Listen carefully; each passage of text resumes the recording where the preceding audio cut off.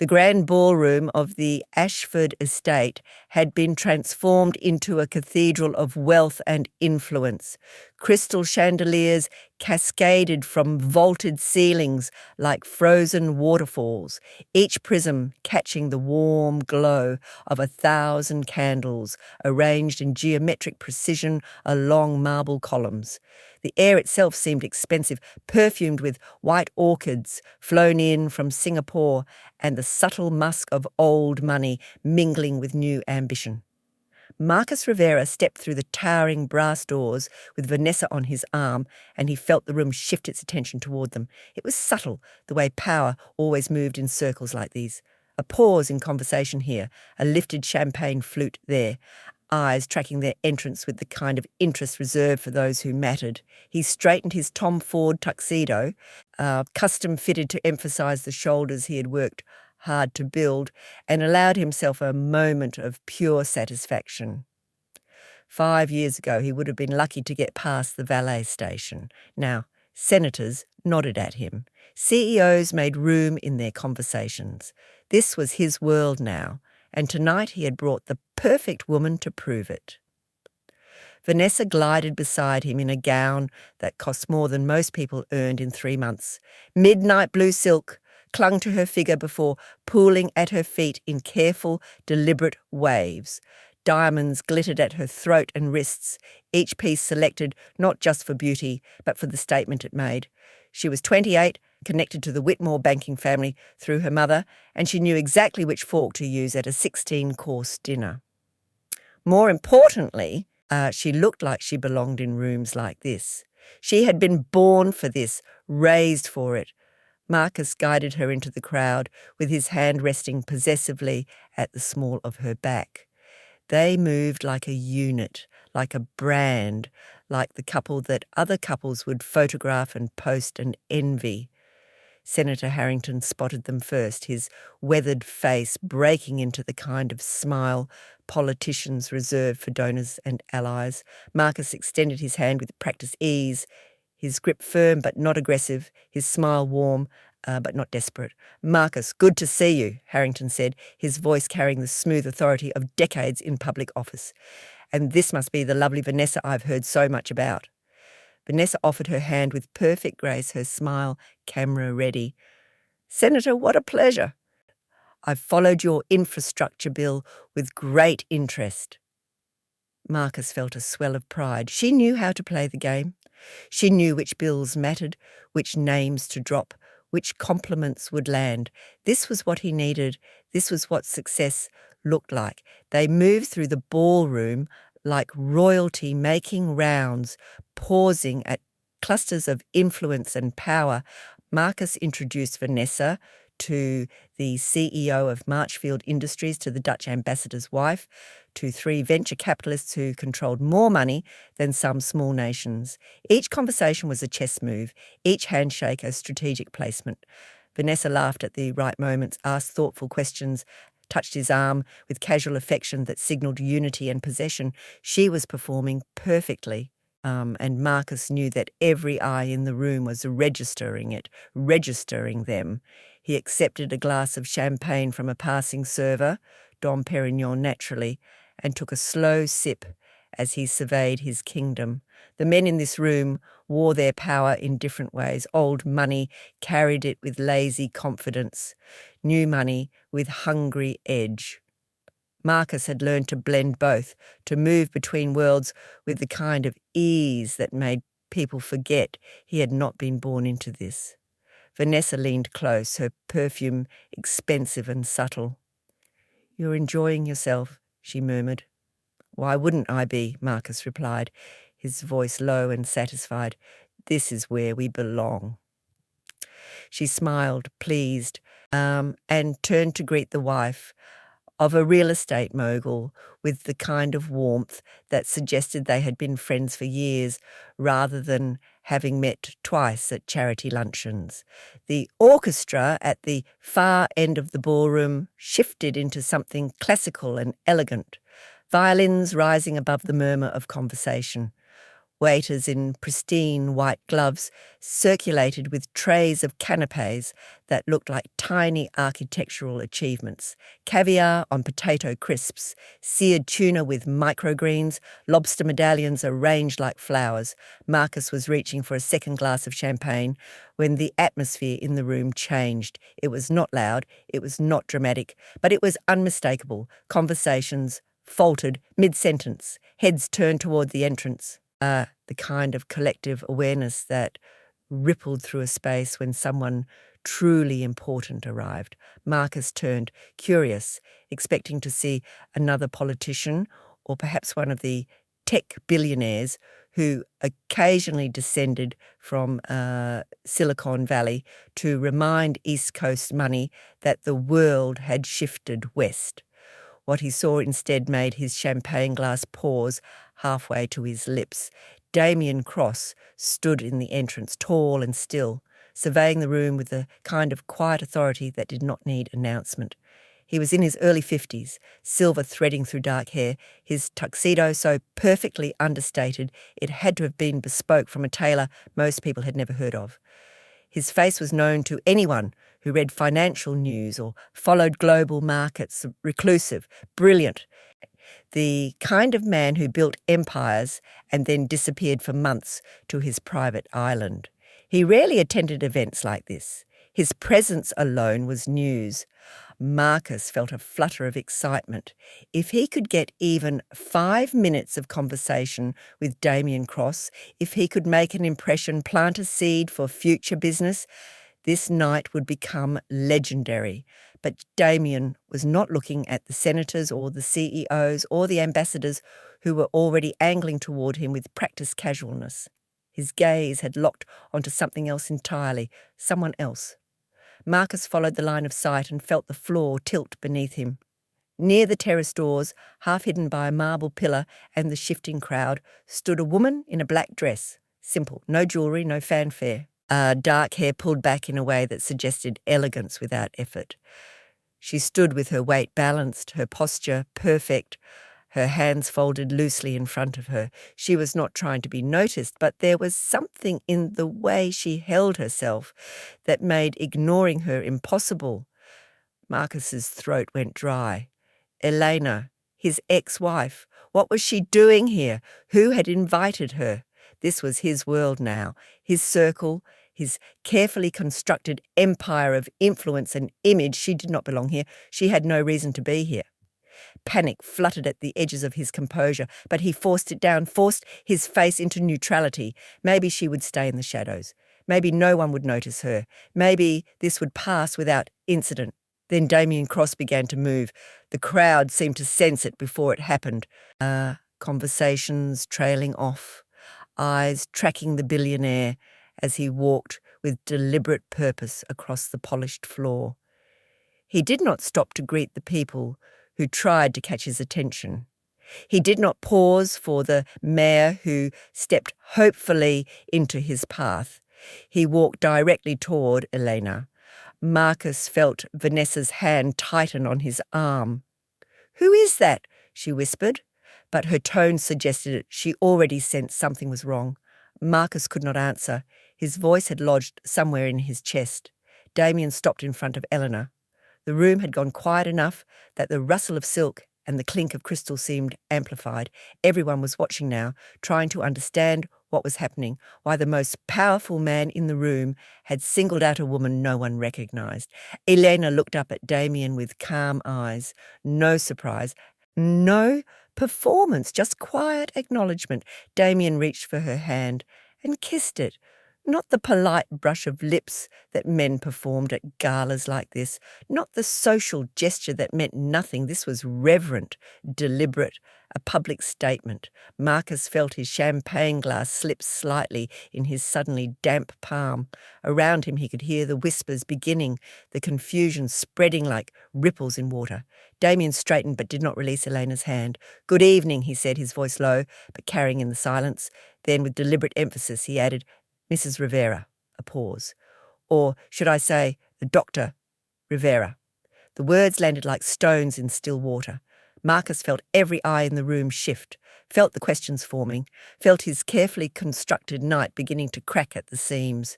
Elena smiled, small, controlled, unshakable. "Doctor is fine," she said softly.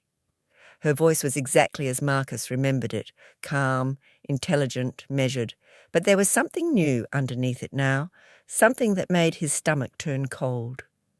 Damian smiled, still holding her hand, still standing close enough that their conversation felt intimate, despite the 100 people watching. "I'm glad you came," he said. "I wouldn't have missed it," Eleanor replied. Marcus stood frozen, Vanessa's perfectly manicured nails digging into his sleeve, the champagne going flat and forgotten in his hand. Around them the whispers were growing louder, the speculation building. Who was she? What was her connection to Damian Cross? Why had he greeted her like that? And what did Doctor mean? Marcus had no answers. Only the sinking realization that the woman he had dismissed, the woman he had erased from his new life, the woman he thought he had left safely in the past, was standing in the center of his world with the most powerful man in the room, treating her like she was the only person who mattered. Elena finally turned her gaze across the ballroom. Her eyes found Marcus, held there for one long, endless moment. Then she looked away as if he were nothing more than another face in an expensive suit. Damian offered her his arm. She took it with natural grace, and together they walked towards the terrace, leaving the ballroom buzzing with questions that Marcus could not answer, and a future that suddenly felt far less certain than it had 5 minutes ago, 3 years earlier. Elena Rivera had loved Marcus when his biggest asset was ambition and his deepest resource was debt. Their apartment back then had been a 5th-floor walk-up in a neighbourhood where car alarms punctuated the night and the radiator clanged like a prisoner rattling bars. The kitchen was barely large enough for one person to turn around in, and the bathroom tiles were the colour of old teeth. But Elena had hung curtains, she sewed herself and placed books on every available surface until the space felt less like poverty and more like possibility. Marcus had been different then. Hungry, yes, but also grateful. He would come home from another rejected pitch meeting and find her at the cramped kitchen table, surrounded by his business plans and projections, her red pen moving across pages with careful precision. She worked 2 jobs to keep them afloat. Morning shifts at the university research lab, where she catalogued data and ran experiments for professors too busy to remember her name. Evening shifts doing bookkeeping for a small accounting firm where the owner paid her under the table and never asked about her credentials. Between those shifts, she edited Marcus's proposals, rewrote his executive summaries, caught the errors that would have killed his credibility before he ever got through the door. She knew business strategy the way some people knew poetry, could see the structural flaws in a pitch deck at a glance, understood market positioning with an intuition that Marcus relied on even when he did not fully acknowledge it. At 2 a.m, she would still be awake, her laptop glowing in the dark, refining the presentation he would deliver to investors the next day. Marcus would wake up, stumble into the kitchen and find her there. Sometimes he kissed the top of her head and thanked her. Sometimes he just took the corrected documents and went back to bed. She told herself it was partnership, that they were building something together, that when he succeeded, it would be their success. When his first company finally gained traction, when the rejection meetings turned into interest calls and then into actual investment, Elena had celebrated with the kind of pure joy that came from watching someone you loved prove the world wrong. She had believed in him when venture capitalists showed him the door. She had believed in him when his own family suggested he get a real job. She had believed in him when he stopped believing in himself. The night he signed his first major contract, Marcus had taken her to a restaurant they could not afford and ordered champagne they should not have bought. He held her hand across the table. his eyes bright with tears and triumph, and told her that none of it would have happened without her. She had believed that too. The money came slowly at first, then faster. The apartment upgraded, the neighbourhood improved, the clothes got nicer, the invitations started arriving, charity galas, networking dinners, industry conferences where the real deals happened in hallways and hotel bars. Elena went with him to all of it. She learned the social codes, the unspoken hierarchies, the way to navigate conversations with people who measured your worth before you finished your first sentence. She was not naturally built for that world. She was a scientist, more comfortable with data than small talk, more interested in solving problems than performing charm. But she learned because Marcus needed her to learn. She watched him change in increments, too small to call out individually, but devastating in their accumulation. The way he started introducing her as my wife instead of my partner. The way he began to pause before telling people what she did for a living, as if her work at the research lab was something to minimise rather than celebrate. The way his eyes would track other women at events, women who wore their wealth and pedigree like a second skin. Elena told herself she was being paranoid, insecure, that success was hard on marriages and they just needed to adjust. Then came the night when Marcus sat her down in their living room. The one with the furniture he had chosen without asking her opinion, and told her they needed to talk. His face was serious, practiced. He had rehearsed this. "I need you to understand something," he began, his voice careful and measured. "The world I am building, the circles I am moving in now, they have expectations." Elena felt something cold settle in her chest, but she kept her face neutral. "What kind of expectations?" "Image matters," Marcus said. "Perception matters. The people I need to impress, the investors I need to attract, they look at the whole package. They look at who you are with, how you present yourself, whether you fit the brand." The word brand landed like a slap. "What are you saying?" Elena asked, though she already knew, had known perhaps for months, had felt it in the way he stopped touching her in public, the way he steered conversations away from her work, the way he looked at her like she was a problem he needed to solve.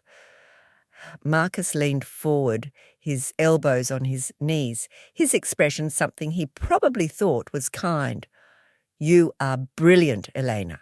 You are, but you do not fit the world I am building anymore." The room went very quiet. Even the sound of traffic from the street below seemed to fade. "I am leaving you," Marcus said, and the words were so blunt, so devoid of emotion, that for a moment Elena thought she had misheard. "I have met someone who can help me get where I need to go, someone who understands this world in ways you never will." Elena's hands were folded in her lap.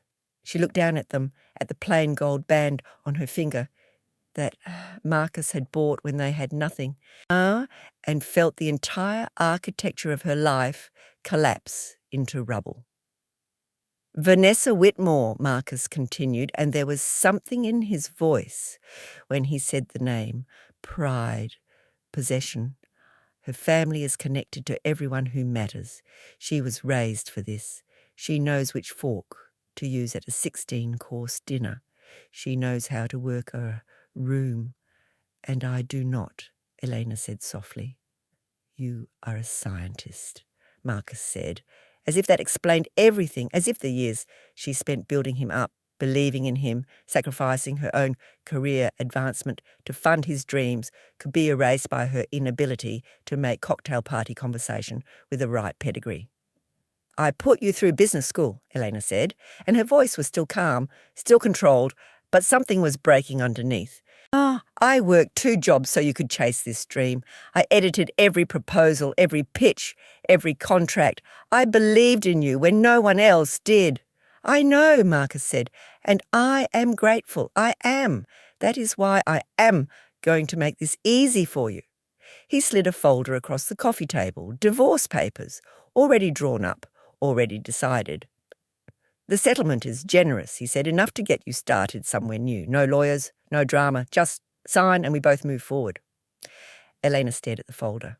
At the casual erasure of 7 years reduced to a stack of legal documents and a cheque that Marcus probably considered charity. You measured my worth, she said quietly, and decided I did not add up. Marcus had the decency to look uncomfortable for half a second before his expression smoothed back into business neutrality. I am not trying to hurt you. I am trying to be honest. You were perfect for who I was. Vanessa is perfect for who I am becoming. Elena felt something shift inside her, not heartbreak, though that was there too. Something colder, clearer. She looked at Marcus, really looked at him, and saw a man who had calculated her value in social currency and found her lacking. A man who had taken everything she built for him and repackaged it as his own achievement. A man who thought success meant forgetting where you came from. She reached for the folder, opened it, scanned the terms with the same analytical precision she brought to everything. The settlement was designed to make her go away quietly.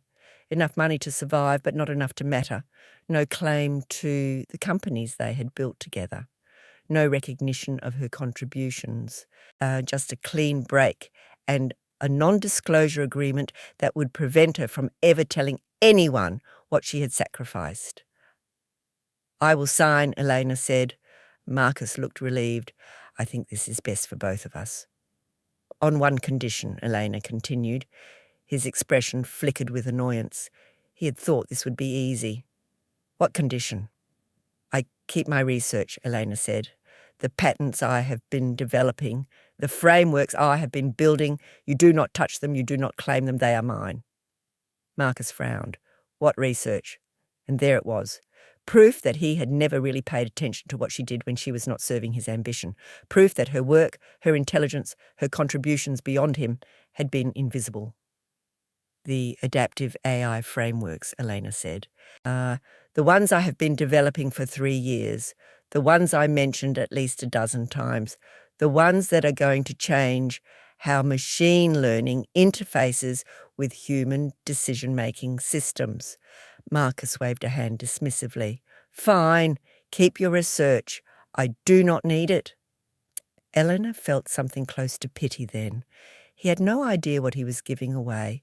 No idea what those patents would be worth. No idea that the wife he was discarding had built something that would outlast any social connection or business deal. She signed the papers. Marcus looked visibly relieved. I think you will be happier this way, free to focus on your work, free to be with someone more on your level. Elena stood, gathered her copy of the papers, and walked toward the door of the apartment that had never really felt like hers.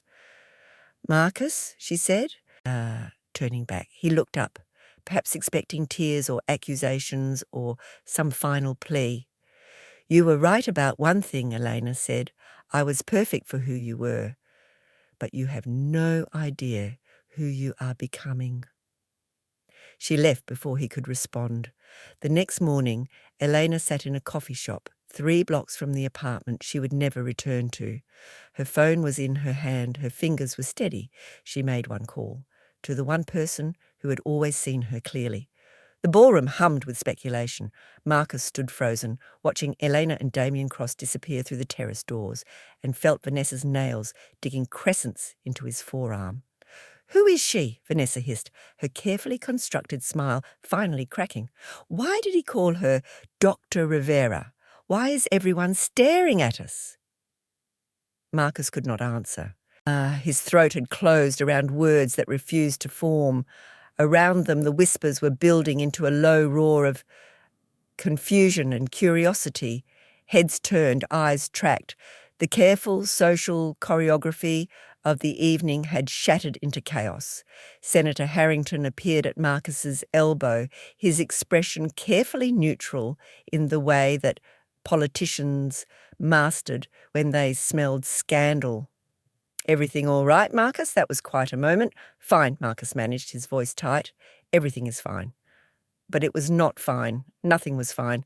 Elena was not supposed to be here. She was not supposed to exist in this world. She was supposed to be a closed chapter, a stepping stone he had moved past, a problem he had solved with a settlement check and legal documents. The orchestra had resumed playing, but no one was listening. Conversations had fragmented into speculation and rumour. Marcus caught fragments as people stopped even pretending not to stare. "Did you see the way Cross looked at her?" "Who is she? I've never seen her at any of these events." "He called her doctor. Doctor of what?" "And Rivera. Is not that Marcus Rivera's last name?" Vanessa's grip on his arm was painful now. "Marcus, talk to me. Who is that woman?" "My ex-wife," he said finally, the words scraping out. Vanessa went very still. "Your what?" Before Marcus could explain, before he could attempt damage control, the lights in the ballroom dimmed slightly, and a spotlight illuminated the small stage at the far end of the room. The crowd's attention shifted, grateful for direction, for something to focus on besides the mystery unfolding. Damian Cross stepped onto the stage, Elena beside him. Marcus felt his heart drop into his stomach. Damian waited for silence. He did not need to ask for it. His presence commanded it. "Ladies and gentlemen," he began, his voice carrying easily across the ballroom, without microphone or effort. "I appreciate you all being here tonight. I know many of you are wondering about my entrance earlier, about the woman I had the privilege of greeting." The room held its breath. "Let me introduce you properly," Damian continued. "This is Dr. Elena Rivera, Doctor of Computer Science from MIT, specialising in adaptive artificial intelligence frameworks and machine learning architecture." Marcus felt the floor tilt beneath him. MIT? When had she gone back to school? How had she finished a doctorate without him knowing? 3 years ago, Damian said, his tone casual, but his words precise. Dr. Rivera filed a series of patents for revolutionary adaptive AI frameworks. These are not theoretical models. They are practical, implementable systems that allow artificial intelligence to interface with human decision-making in ways we previously thought impossible. The crowd was listening now, really listening. This was the language they understood. Innovation, patents, money. Her frameworks are currently licensed by 17 Fortune 500 companies, Damian continued, including Marchfield Industries, Quantum Dynamics, the Hartwell Group, and yes, Cross Enterprises. Marcus heard Vanessa's sharp intake of breath beside him. Marchfield Industries was one of his biggest clients. He had worked for months to secure that relationship, and they were licensing technology from Elena. These frameworks power everything from predictive healthcare systems to autonomous vehicle navigation to financial risk assessment models that are reshaping global markets, Damian said.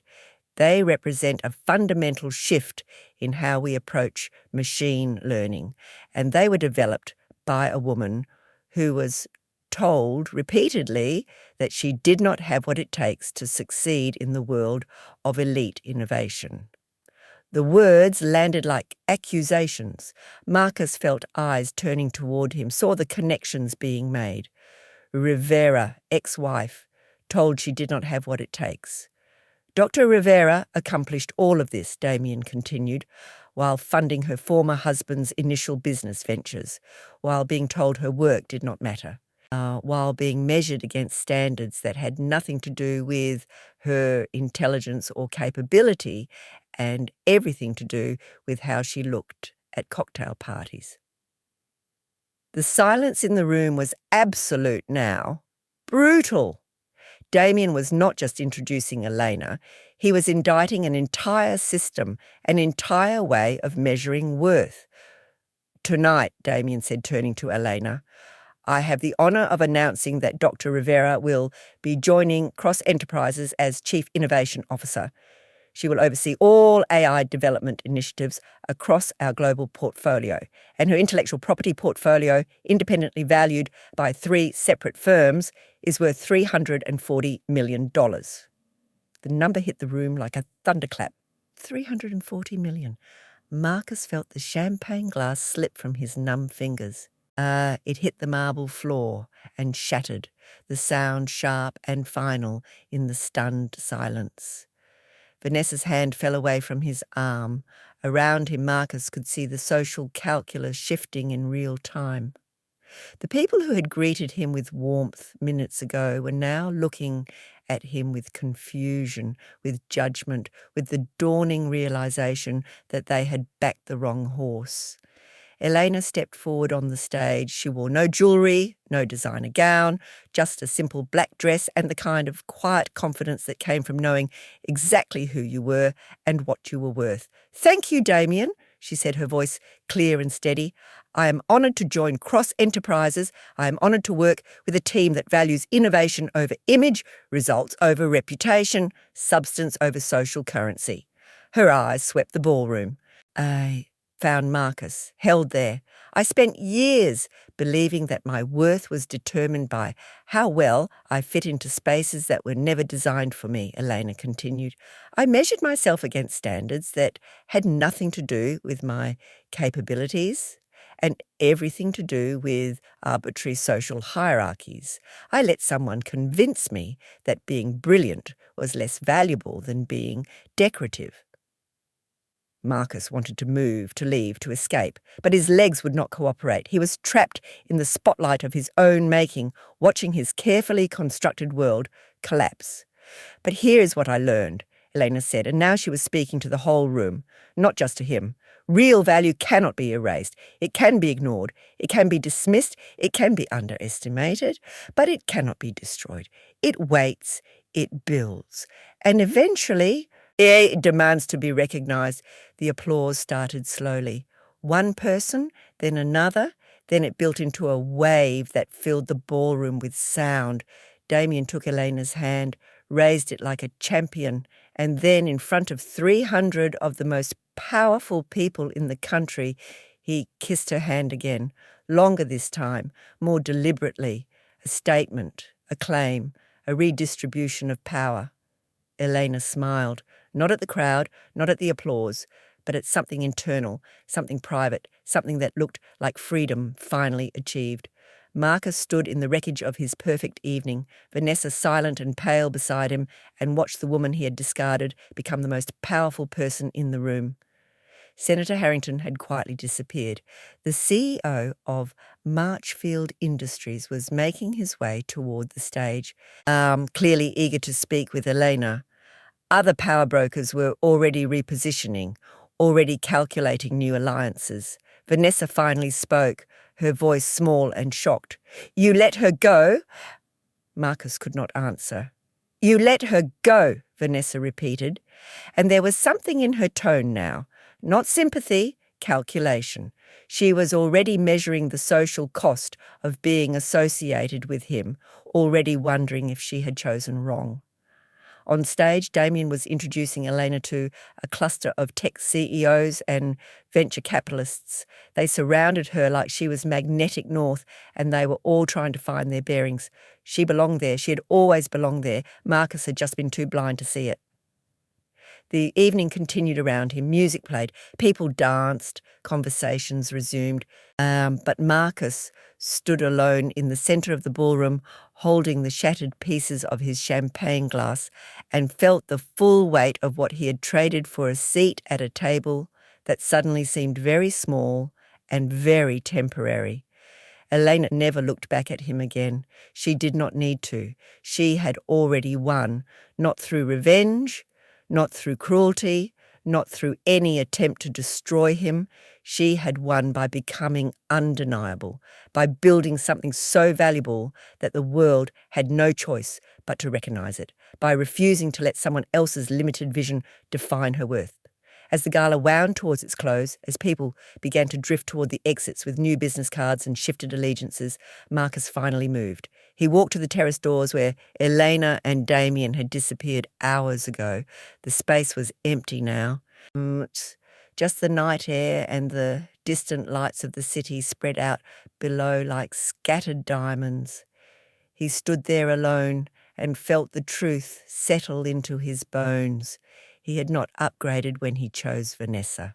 He had downgraded. He had traded substance for shine, intelligence for image, partnership for performance, and Elena had taken all of that dismissed substance, all of that undervalued intelligence, all of that loyal partnership, and built an empire that made his accomplishments look like practice rounds. Marcus turned back to the ballroom. Vanessa was already talking to someone else, her hand on another man's arm, her smile bright and strategic. She would be fine. Women like her always were. They knew how to read the room, how to reposition, how to survive. But Marcus understood now, too late and too completely, that he would spend the rest of his life explaining tonight, justifying tonight, living in the shadow of the woman he had tried to erase. Not because she had sought revenge, but because she had simply, finally, claimed the recognition she had always deserved, and that recognition, once given, could never be taken back.